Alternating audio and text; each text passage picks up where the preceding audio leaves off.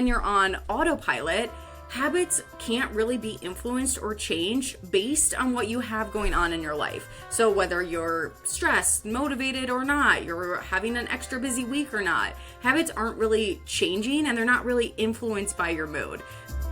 Hello friends, and welcome back to the Sweat Simple podcast. My name is Brooks Herbis and I'm an online fitness, nutrition, and mindset coach who's here to help you simplify and make sense out of the all too confusing fitness and nutrition industry. Let's be real, there's a lot of conflicting information online and it can be hard to know what's legit and who to trust. In every episode, I'll be sharing the science and psychology behind health, fitness, and long-lasting behavior change. But I'll also be sharing real-life practical application because all of the best info in the world only matters if you can actually apply it to your real life. So grab a coffee, water, glass of wine, or lace up your walking shoes, and let's dive in. Hello, you guys, and welcome back to the Sweat Simple podcast. Today, we are talking all things habits and specifically the science behind habit formation and how to make it actually work for your goals, because there's a bit of a misconception around habits and many of us just assume that anything that we do repeatedly is a habit. And a lot of us actually assume that healthy things that we're trying to do are considered habits. So for example, if you work out 3 times a week, that has to be a habit. Getting 10,000 steps a day, habit. Eating protein in the morning, habit. We call these things healthy habits. We think of them as healthy habits. And that's a misconception because that's actually missing the true definition of a habit. There is a difference between a true habit and just having a routine or a ritual. And to be honest, I didn't know this myself until I went through my health mindset certification a few years back. So if this is new information for you, you're not alone. If you're like, wait a minute, I've been working out for the past year 3 times a week. Like, this is a habit, Brooks. You're not alone in thinking that way. But this is actually also why it can be so beneficial to work with a coach like myself who is certified in mindset and behavior change, because there's a lot of misconception. There's a lot of misinformation in the health and fitness industry. And having this insider knowledge, like you're about to get over the course of this podcast, can be extra beneficial for reaching your goals. So if a habit and routines are different, what is a habit? A true habit is something that happens automatically after you receive some sort of a cue. You're on full autopilot. You're not putting much thought into doing the actual piece of action. And an example I like to give when it comes to talking about habits is brushing your teeth. Not many of us are probably giving much thought to brushing your teeth in the morning. You wake up, you walk to the bathroom, you see the toothbrush, you brush your teeth. You're not sitting there having this internal battle with yourself as to, I don't feel like brushing my teeth. I don't want to brush my teeth this morning. Should I brush my teeth? It's just happening. You're not thinking about it at all. It's happening without much cognitive effort on your part. You're not having those conversations to motivate yourself to take the action of brushing your teeth. So seeing your toothbrush is acting as that physical cue to take the action, and it all happens without much cognitive effort. And what's really wild to think about is almost 50% of our daily actions, things that we're doing throughout the day, are habits. Like, we're on autopilot 50% of the time. So if you're ever like, whoa, how did I get there? Or like, I don't even remember doing that. It's because you were in habit mode and little cognitive effort was needed to make it happen. Another example I like to think of is, let's say the faucet on your sink broke. You would probably, after going to the bathroom, still go to turn on that faucet because it's a habit. You wouldn't remember, oh, this is broken, I shouldn't use it, because your brain isn't putting that much effort into turning the faucet on in general. It's a habit. It's fully ingrained in you. So think about all of those little moments throughout the day where you're just completing things without thinking about it too much, without needing motivation, without having willpower. So you can probably start to see how This true definition of a habit is different from a routine or something that still requires more cognitive effort. So your workouts are probably a routine. Maybe you're in a really good groove with them. Maybe you've been working out consistently for a few months or maybe even a year. But at the end of the day, you're still having to think about them. You're still having to get yourself to the gym. You're still having to motivate yourself to go. That's more cognitive awareness than a true habit requires. So working out for you right now might be a routine, but it's not a true habit unless you feel like you're truly on autopilot when you get yourself there.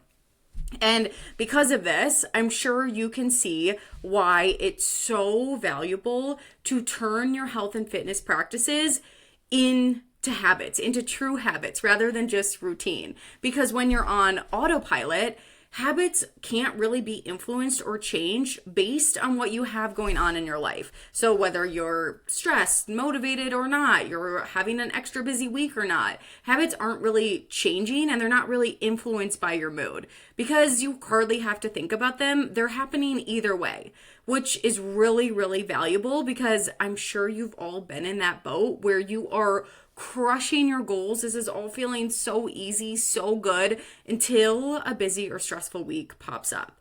And you're not, I would hope, doing that with brushing your teeth. You've probably never had an entire week where you just didn't brush your teeth because it felt like too much when you were stressed.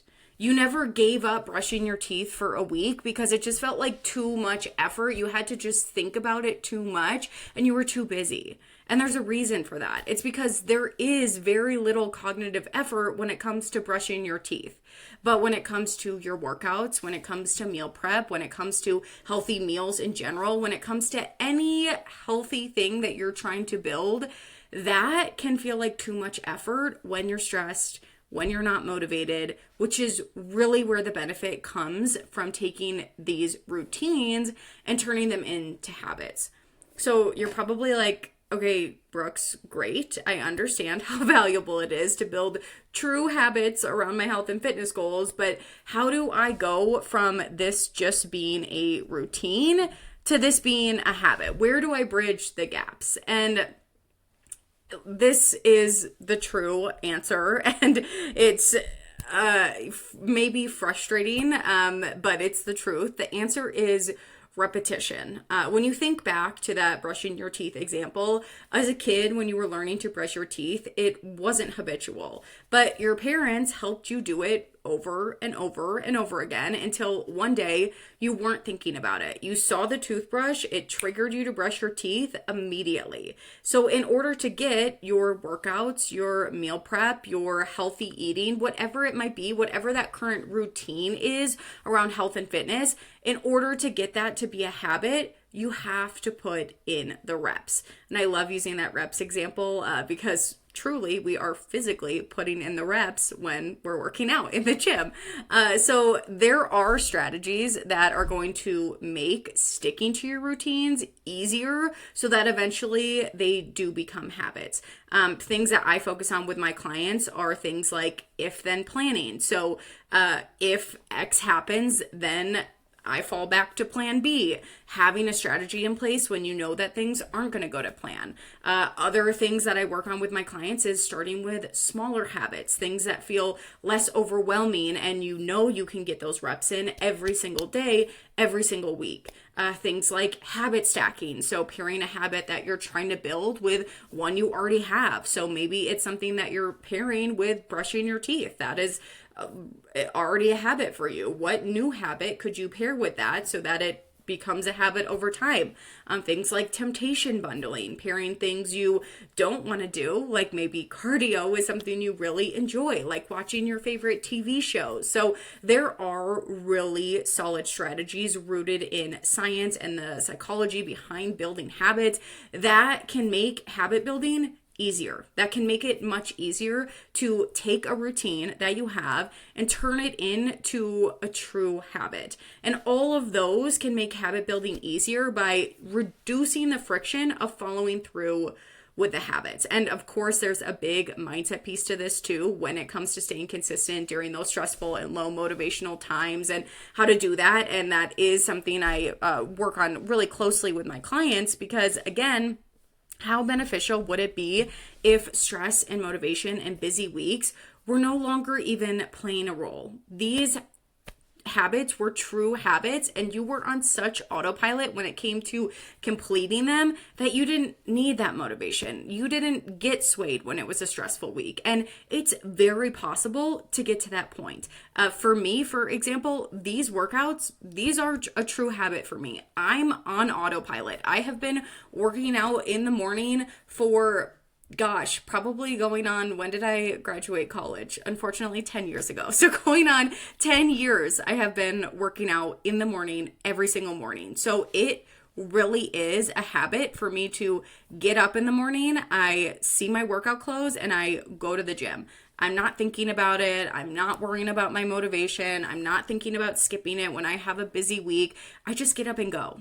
There is little cognitive effort and you can all get to that point, but it takes putting the reps in. You have to stick with these routines for an extended period of time, which is why we always stress the importance of consistency. And again, there are things that we can do. There are strategies I put into place with my clients to help you be more consistent so that you can get to this place where all of this is on autopilot. But I do just want you to be aware that there is a difference between a habit and a routine. Until these things are true habits, you will have to put a little bit more cognitive effort into them. You will have to motivate yourself to go. You will have to have these tough conversations with yourself. But the more that you can do it, the more that you can continue to show up for yourself, especially when you don't feel like it, the easier this is going to become, because eventually when you put in enough reps, you will get to the point where this is a true habit, where you're not thinking about it, where it's not requiring much mental energy at all. So I want you to see that light at the tunnel. I want you to understand that, hey, this is going to feel like work, and it might feel like work for a little bit. It might require quite a bit of mental energy, of cognitive effort for me. But the reason I'm doing it, the reason I'm putting in the work, the reason I'm putting so much cognitive effort towards this is so I can get to that point where one day I'm not thinking about these things. They're just happening on autopilot. And truly, that is so possible for you. And I want you guys all to get to that point. So thank you guys so much for tuning in. I so appreciate you guys being here and listening in every single week. If you haven't already, be sure to leave a review or share this episode on your Instagram stories and tag me. I pick one person every month to win a 60 minute power hour with me to do a full audit of your current fitness and nutrition routine. All you have to do is leave a review or share this on your stories. Next week, we'll be talking all about my personal non-negotiables for the holidays and how you can stay on track too. I hope to see you guys then.